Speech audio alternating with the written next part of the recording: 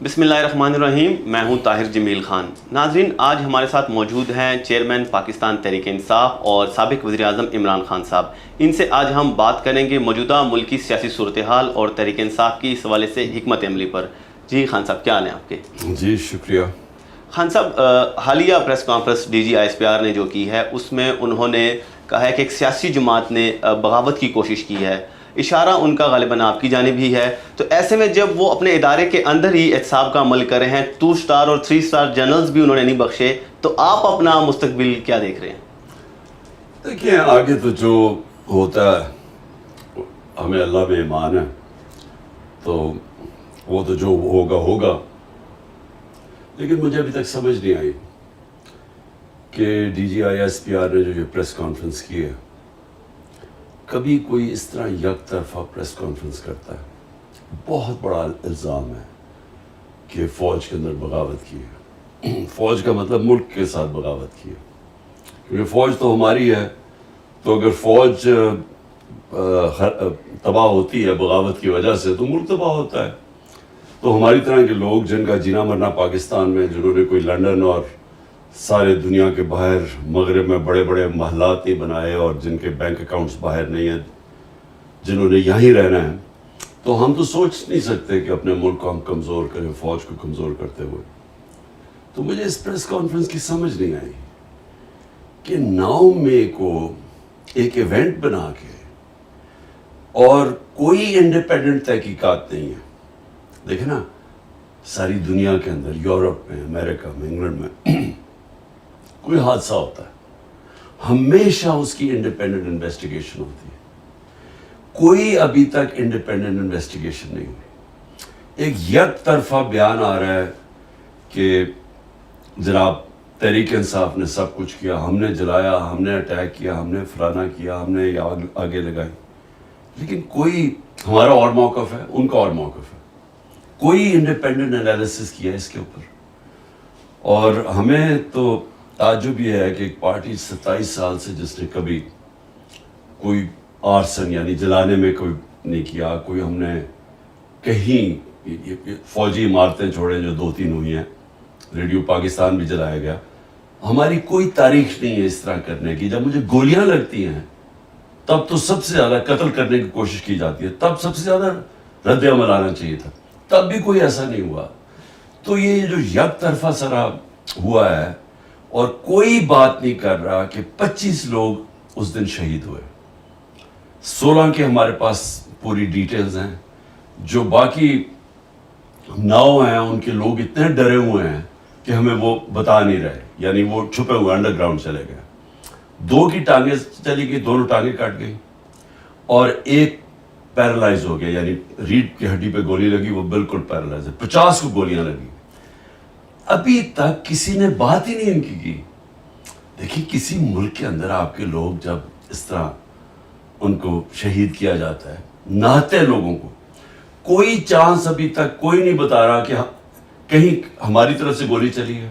اگر بغاوت ہوتی ہے، کوئی عام ہوتی ہے، آپ فوج کے خلاف بغاوت کر رہے ہیں، اس کا مطلب کہ آپ کے پاس کوئی ہتھیار ہوں گے، آپ نے کوئی اٹیک کیا ہوگا، کوئی پلاننگ ہوگی. کوئی ایسی پلاننگ ہے؟ تو کیا نہتے لوگوں نے فوج کے خلاف بغاوت کیسے کر ڈالی تھی؟ خان صاحب، آپ پرائم منسٹر ان ویٹنگ سمجھے جا رہے تھے، لیکن 9 مئی کے بعد پارٹی کا جس طرح شرازہ بکھ رہا ہے تو آپ اقتدار کی دوڑ سے باہر ہوتے نظر آ رہے ہیں. کیا اب آپ کے پاس پلان ہے کہ آپ دوبارہ سے وہ مومنٹم حاصل کریں؟ دیکھیں، ایک چیز بہت ضروری ہے سمجھنے کہ پولیٹیکل پارٹی جو ہوتی ہے نا، وہ صرف ایک وجہ سے ختم ہوتی ہے، اس کا ووٹ بینک ختم ہو جاتا ہے. اب یہ پیپلز پارٹی اور نون لیگ ہے، 2 بڑی جماعتیں تھیں پاکستان کی، آج اکٹھی ہیں. آج دونوں بڑی جماعتیں اکٹھی ہو گئی ہیں. اس کے اکٹھے ہونے کے باوجود 37 بائی الیکشن ہوئے جو پچھلے چند مہینوں میں، 30 جیت گئی ہے تحریک انصاف. تو اس کا کیا ہوا پھر؟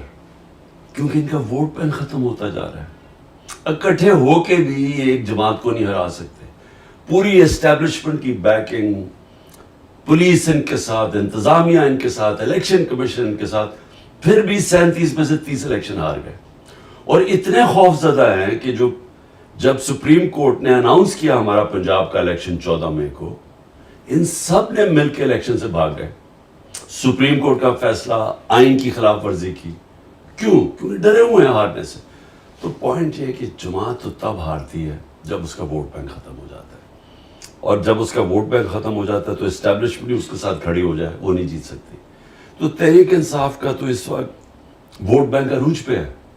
یہ جو بھی ہو رہا ہے، آپ جتنا ہمارے پہ ظلم کیا جا رہا ہے، یہ انتقامی کارروائی کی جا رہی ہے، 9 مئی کا بہانہ لگا کے ہمارے 10,000 لوگوں کو جیلوں میں ڈال دیا ہے، سینئر لیڈرشپ جیل میں ڈال دی ہے.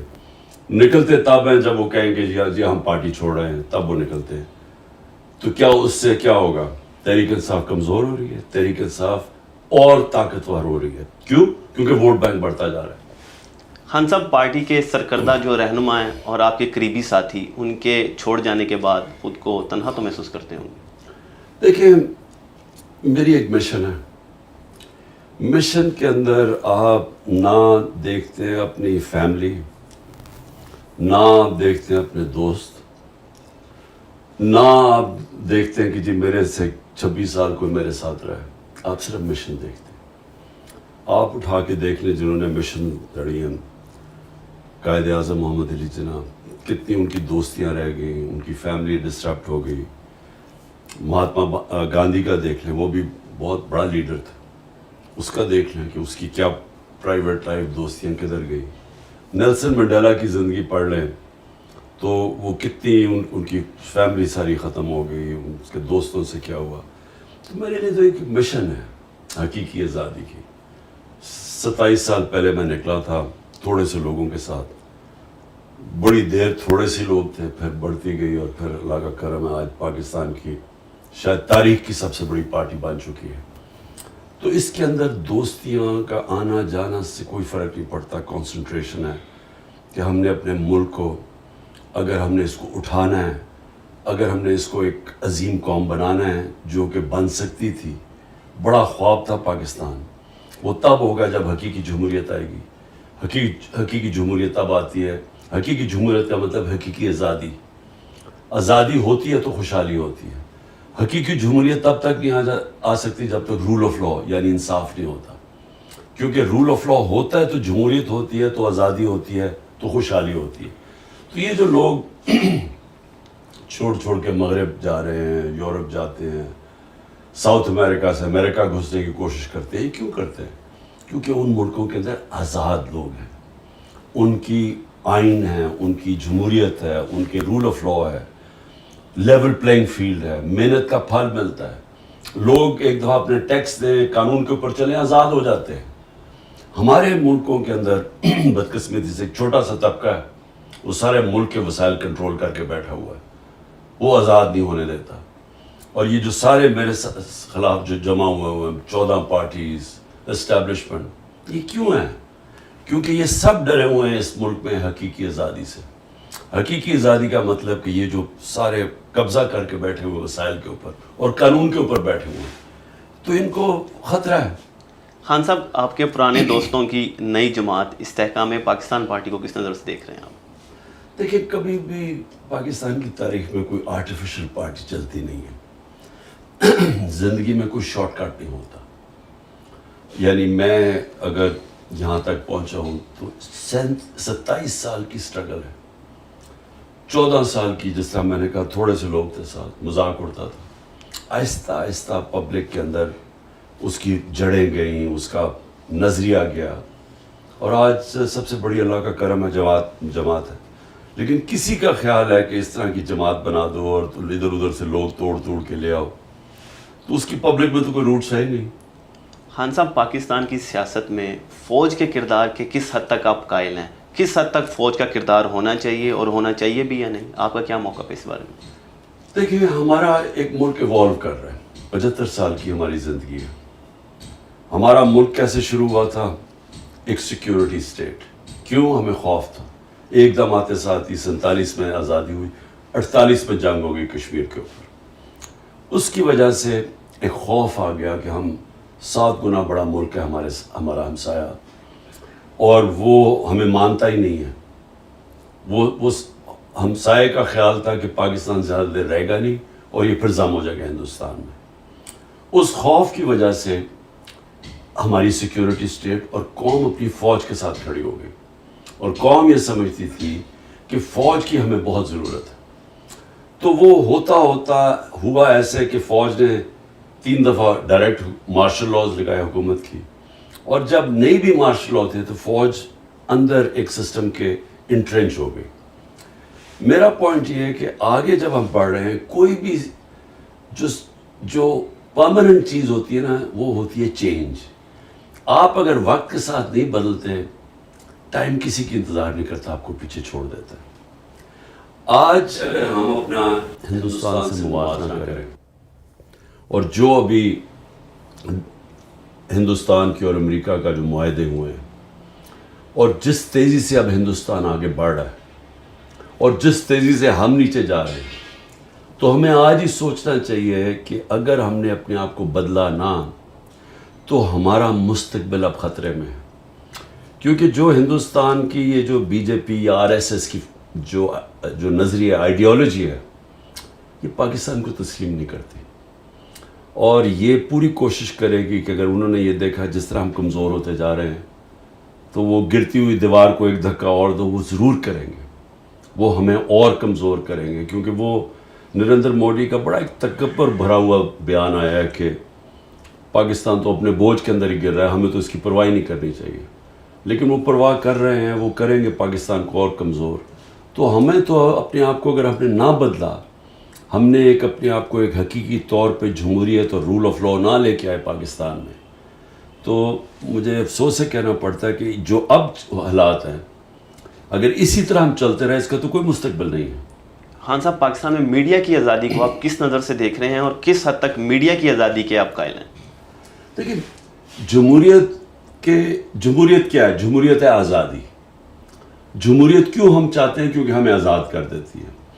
کیوں جو ملک جمہوریت جن میں آ جاتی ہے وہ کیوں تیزی سے ترقی کر جاتے ہیں؟ کیونکہ وہ لوگ آزاد ہو جاتے ہیں. ایسٹ اور ویسٹ یورپ دوسری جنگ عظیم کے بعد آدھا غلامی میں چلا گیا, ایک ٹوٹیلیٹیرین سٹیٹس بن گئی, آزادی ختم ہو گئی, اور جو آدھا یورپ تھا, ویسٹرن یورپ, آزاد ہو گیا. 50 سال کے بعد جو آزاد یورپ تھا وہ خوشحال ہو گیا, اوپر چلا گیا, جو غلام تھا وہ نیچے رہ گیا. ایسٹ جرمنی, ویسٹ جرمنی, جو آزاد تھا, جو جمہوریت تھی, ویسٹ جرمنی وہ اوپر چلا گیا, ایسٹ جرمنی پیچھے رہ گیا. ساؤتھ کوریا, نارتھ کوریا میں ڈکٹیٹرشپ آ گئی, ساؤتھ کوریا جمہوریت آ گئی, وہ اوپر چلا گیا اور وہ پیچھے رہ گیا. تو ہمیں یہ پتہ ہے کہ جمہوریت اور آزادی ساتھ ساتھ جاتے ہیں, اور اس کے لیے آزاد میڈیا بہت ضروری ہے. جب آپ میڈیا آزاد ہوتا ہے, وہ تنقید کرتا ہے. ایک سسٹم, جب ایک سسٹم میں آپ تنقید کرتے ہیں, وہ اس میں اصلاحات کی چانس ہوتی ہے. جب آپ تنقید ختم کر دیتے ہیں, سسٹم ختم ہو جاتا ہے. اور وہی میں نے آپ کو جو مثال دے رہا ہوں کہ یہ سب معاشروں میں جب ڈکٹیٹرشپ میں تنقید ختم ہو جاتی ہے, سسٹم پیچھے رہ جاتے ہیں. تو آزاد میڈیا تو بہت ضروری ہے. یہ ہے کہ اس کو ذمہ دار ہونا چاہیے, اس کے اوپر کربز ہونی چاہیے. جس طرح مغرب میں لائبل کیسز ہوتے ہیں, آپ کسی کی توہین نہیں کر سکتے, لیکن تنقید کرنا ایک معاشرے کے لیے تو خون ہے, اس کا خون بڑھتا ہے.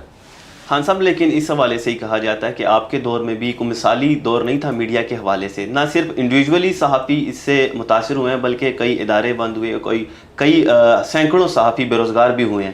اس حوالے سے آپ کیا کہیں گے؟ یہ بالکل پروپیگنڈا ہے.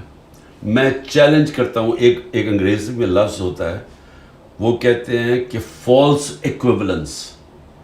غلط طریقے سے ایکویٹ کر دیتے ہیں دو بالکل مختلف چیزوں. آج میڈیا بالکل کنٹرولڈ ہے. آپ آج عمران خان کا ٹی وی پہ نام نہیں لے سکتے, جو ملک کی سب سے بڑی پارٹی ہے اور جس کی ریٹنگ 70 to 80% ہے ایک جمہوریت کے اندر. کیسے ہو سکتا ہے کہ میڈیا پہ آپ اس کو دکھانے نہیں دے رہے؟ اس کا مطلب میڈیا تو ختم ہو گیا. آج تو ٹوٹل سینسرشپ ہے. حکم ملا ان کو کہ نہ عمران خان نہ تحریک انصاف کا موقف نہیں ٹی وی پہ آ سکتا. ہمارے زمانے میں 2-3 انسیڈنٹ ہوئے. اس کے پیچھے اس وقت کیونکہ ہم جنگ سے نکل رہے تھے, وار آن ٹیرر سے, تو وہ سیکیورٹی یہی فوج نے 2-3 لوگوں کے اوپر ایکشن لیا تھا. میری گورنمنٹ نے کسی کے اوپر ایکشن لیا, اور ایک جگہ مطیع اللہ جان کو اٹھایا گیا تھا، ہمیں پتہ چلا، اگلے دن ہم نے اس کو چھڑوایا. یعنی ہمیں اب 4-5 ہمارے بڑے صحافی ملک سے باہر چلے گئے ہیں. ایک کو ملک سے باہر گیا، اس کو قتل کروایا، ارشد شریف کو. اس وقت عمران ریاض 1.5 مہینہ ہو گیا، اس کا پتہ ہی نہیں کدھر ہے، اور عدالت کہہ رہی ہے اسے پیش کرو، اس کا پتہ نہیں ہے. 4-5 سینئر صحافیوں کو مارے پڑوائی ہیں. آپ تو کچھ کمپیئر ہی نہیں کر سکتے ہمارے دور اور اس دور کو. یہ تو مارشل لاء میں اتنے برے حالات نہیں تھے جو آج ہے.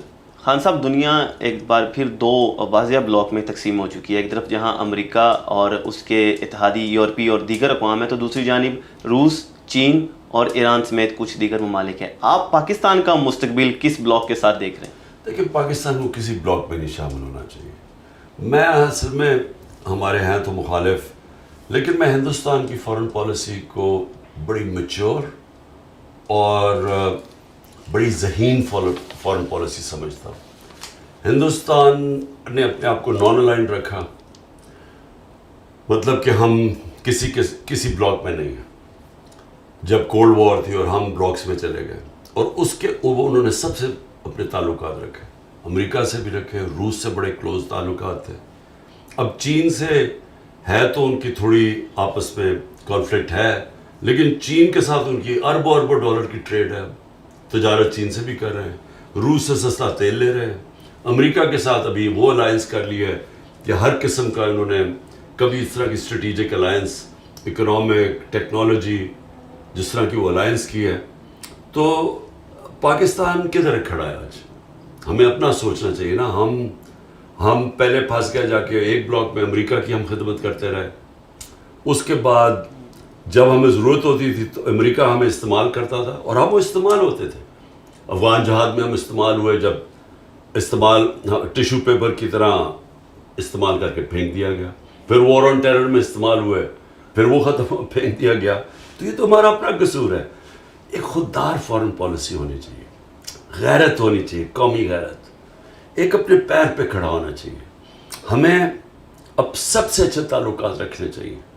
ہمیں امریکہ سے بھی اچھے رکھنے چاہیے، چین سے بھی، روس سے بھی، سب سے. کیونکہ ہمیں تو ایک امن چاہیے پاکستان میں.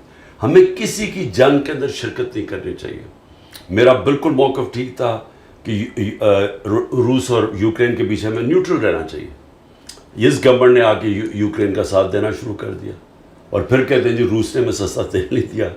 تو یہ تو ہمارا اپنا، ہمیں کیوں ضرورت ہے؟ کیا کوئی ہماری کانفلکٹ میں شرکت کرتا ہے؟ ہمارا اب کشمیر کا مسئلہ بنا ہوا ہے. انہوں نے، ہندوستان نے یونائٹڈ نیشنز کی سیکورٹی کاؤنسل ریزولوشن کو باہر پھینک کے ان کی اسٹیٹہوڈ ختم کر دیے. 5 اگست 2019 میں. کیا کسی نے ہماری مدد کی ہے؟ کوئی ہمارے لیے بولا ہے؟ تو ہم کیوں کسی کی جنگوں میں شرکت کریں؟ خان صاحب، آپ امریکہ پر الزام لگاتے تھے اپنی حکومت کے خاتمے کا. آپ آج بھی سٹینڈ کر رہے ہیں اس الزام پہ؟ دیکھیں، جو حقیقت ہے وہ تو ہے نا حقیقت، کہ ایک 6 مارچ کو میرے پاس ایک سائفر آتا ہے، کوڈڈ میسج، سیکرٹ میسج اپنے ایمبیسڈر سے واشنگٹن میں، اسد مجید سے، کہ ان کو ایک American under secretary of state نے کہا کہ عمران خان کو اگر تم نہیں ہٹاؤ گے ووٹ آف نو کانفیڈنس میں، تو ہم تمہارے لیے، پاکستان کے لیے کانسیکوینسز ہوں گے. تو یہ تو حقیقت ہے، کیونکہ وہ سائفر تو میں نے اس میں بھی کیبنٹ میں رکھا، نیشنل سیکورٹی کاؤنسل میں رکھا، کہ ہمارے ملک کی توہین ہے یہ، کہ ایک دوسرے ملک کا ایک آفیشل کہہ رہا ہے کہ ملک کے الیکٹڈ پرائم منسٹر کو ہٹا دو. تو وہ تو فیکٹ ہے. لیکن بعد میں ہمیں جب چیزیں آہستہ آہستہ پتہ چلی، ایک فائرہ ہے انگلینڈ کے اندر، امریکہ کے اندر، جس کے اندر آپ کو رجسٹر کرنا پڑتا ہے. کوئی بھی فورن لابسٹ ہو اس کو رجسٹر کرنا پڑتا ہے. کسی ملک سے اگر کوئی لابی کر رہا ہو تو اس میں پتہ چلا کہ حسین حقانی کو ہم نے $30,000 دیے تھے، اور جنرل باجوہ نے اس کو پیسے دلوائے تھے اپنے لیے لابی کرنے کے لیے میرے خلاف، کہ عمران خان اینٹی امریکن ہے. تو یہ یعنی سازش تو ادھر سے شروع ہوئی، تو ادھر اس کے بعد ادھر سے سائفر آیا. خان صاحب، ایک تاثر عام ہے کہ آپ کے دور میں آپ پاکستان میں چینی منصوبوں پر تحفظات رکھتے تھے. آج کی تاریخ میں سی پیک پر آپ کا کیا موقف ہے؟ دیکھیں، پہلے تو یہ بالکل ہی غلط ہے. ہمیں بلکہ الٹا کہا جا رہا تھا.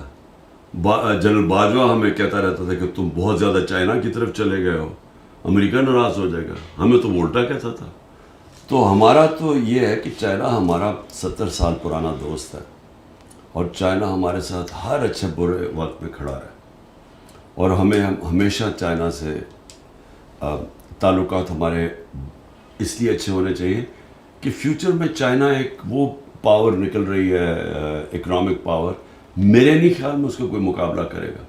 تو ہمیں تو ان سے ہر قسم کی ہیلپ کی ضرورت ہے چائنا سے. سو ہمیں ہم نے تو پوری کوشش کی کہ ہمارے تعلقات بہتر ہوں. بدقسمت ہے 2 سال کووڈ-19 آ گیا، کووڈ-19 کی وجہ سے 2 سال چائنا بند ہو گیا. تو اس سے ہماری جس رفتار پہ ہماری پروگریس ہونا تھا، اور سی پیک پہ بھی، لیکن وہ بھی میں سمجھتا ہوں کہ ہم نے اس کے باوجود ہم نے بڑی تیزی سے آگے بڑھ رہے. لیکن سر واقفان حال تو کہتے ہیں کہ چائنا کا جو ٹلٹ ہے وہ شریف برادران کی جانب زیادہ ہے بجائے آپ کے. کوئی تو وجہ ہوگی اس کی؟ میں نہیں جانتا کہ یہ دیکھیے یہ پروپیگنڈا ہے. کون یہ فیصلہ کرے گا کہ ٹلٹ زیادہ ہے؟ یعنی کیا ثبوت ہے اس کا؟ کیا انہوں نے 14 مہینے میں یہ جب سے آئے ہیں تو کون سا مارکا مار دیا؟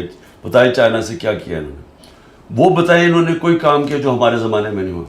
یہ سمجھیں کہ چائنا کا جو فورن منسٹر تھا، میری نو کانفیڈنس موشن جب انہوں نے درج کیا اسمبلی میں، تو اس جب میں نے OIC کانفرنس کی تو چائنا کا foreign minister specially as a guest آیا. تو وہ کبھی اس طرح آتا ہے کہ اگر تعلقات ٹھیک نہ ہو، اور OIC کے سارے ملک کبھی آتے ہیں آپ کے، اگر سعودی عربیہ اور ایران اور جس بڑے مسلمان ملک ہیں یہ نہ چاہیں، نہیں تو OIC کانفرنس تو نہیں ہو سکتی. تو 4 مہینے میں 2 تو OIC کانفرنسز ہوئی ہماری، ان میں اٹینڈ کرتا ہے آگے چائنا کا فورن منسٹر. تو یہ کدھر سے کہتے ہیں کہ یہ تعلقات ٹھیک نہیں تھے؟ خان صاحب، آپ کے دور میں آپ کا ایک منصوبہ تھا کہ تحریک طالبان پاکستان کے ساتھ مذاکرات کیے جائیں، حتیٰ کہ فاٹا کے اندر بھی انہیں آباد کرنے کی بات ہو رہی تھی. آج کے بھی آپ کا موقف وہی ہے باوجود اس کے کہ وہ ہماری اسٹیٹ کو ہی تسلیم نہیں کرتے؟ دیکھیں، گورنمنٹ چینج ہو جاتی ہے افغانستان میں، طالبان کی حکومت آ جاتی ہے.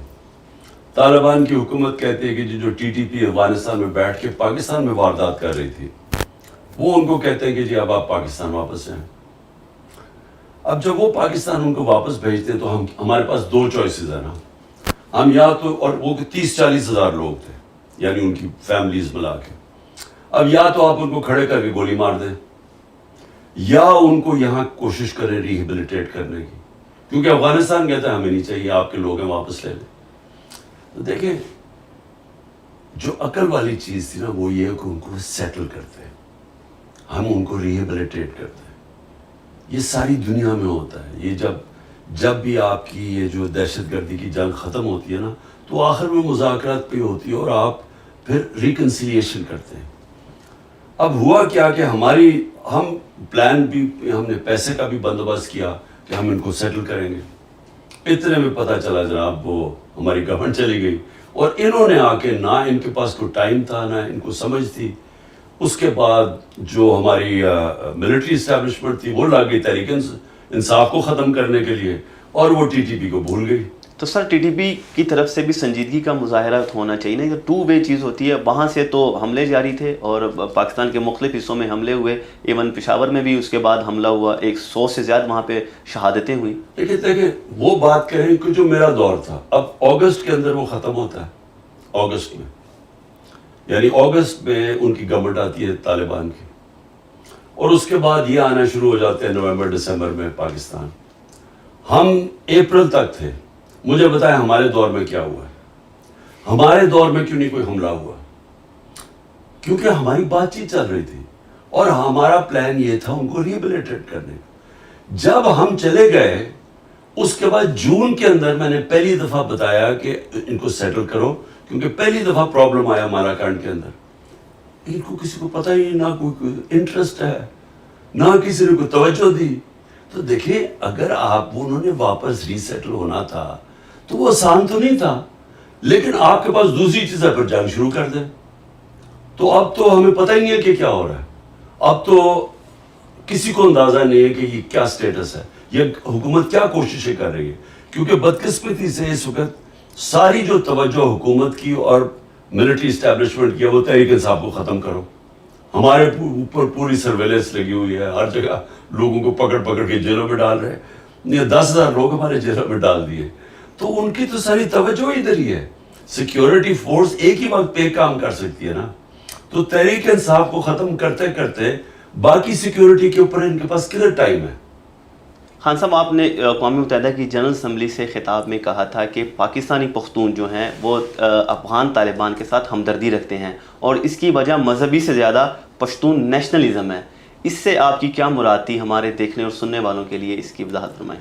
دیکھیں, جو آدھی آبادی ہے افغانستان کی وہ پشتون ہے, اور جو پاکستان میں یعنی 70% پشتون پاکستان میں رہتے ہیں, 65% کہہ دیں, اور 30 یا 35% افغانستان میں رہتے ہیں. ٹھیک, ان کی بڑی پرانی افیلیشن ہے, یعنی یہ صدیوں سے جاتی ہے. یہ پاکستان جو ڈیورینڈ لائن تھی نا بیچ میں, اس کو وہ مانتے ہی نہیں تھے. یہ پہلی دفعہ اس کا فینس کس نے کیا؟ ہم نے وہاں باڑ لگائی. اس سے پہلے تو وہ کھلا بارڈر تھا, تو ان کے تعلقات بڑے قریب تھے. تو جب افغان جہاد ہوئی تو افغان جہاد میں جو اس طرح پشتون تھے قبائلی علاقے میں, انہوں نے پوری شرکت کی افغان جہاد میں جو 80 کی دہائی میں ہوئی.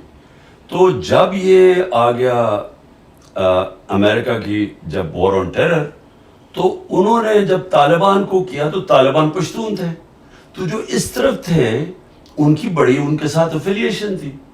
تو یہاں سے بھی لوگوں نے اس میں شرکت کی کیونکہ وہ ایک پرانی ان کی چلی جا رہی تھی. تو میں یہ ہمیشہ کہتا تھا کہ اگر ہم نیوٹرل رہتے ہیں, ہم شرکت نہ کرتے اس میں, تو ہمارا زیادہ چانس تھی ہم ان کو کنٹرول کر سکتے تھے.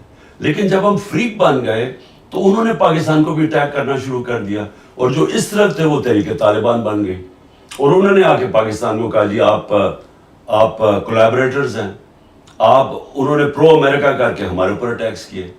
خان صاحب, آپ نے القاعدہ چیف کو بھی شہید کہا تھا, اس کی کیا وجہ تھی اور کیا آج بھی آپ اسے شہید سمجھتے ہیں؟ وہ تو اور طرح میں نے بات کی تھی, وہ غلط طرح یہ سمجھے تھے, میں نے کلیریفائی کر دی تھی بات میں. تو ابھی اگر آپ ریکارڈ کی درستگی کے لیے کلیریفائی کرتے ہیں اور آگے چلے اور بات کریں. اچھا, آخری سوال آپ سے ذرا موجودہ تلخ صورتحال سے ذرا ہٹ کے ہے, اور وہ کرکٹ پہ ہے. ابھی چند مہینے میں 2 بڑے کرکٹ کے ٹورنامنٹ آ رہے ہیں. ایک ایشیا کپ ہے جو کہ پاکستان میں ہونے جا رہا ہے, اور اس کے لیے بھارت نے اپنی ٹیم بھیجنے سے انکار کر دیا ہے, جس کے بعد آدھے سے زیادہ جو میچز ہیں جو پاکستان نے ہوسٹ کرنے تھے پاکستان کے اندر, وہ سری لنکا منتقل ہو گئے ہیں.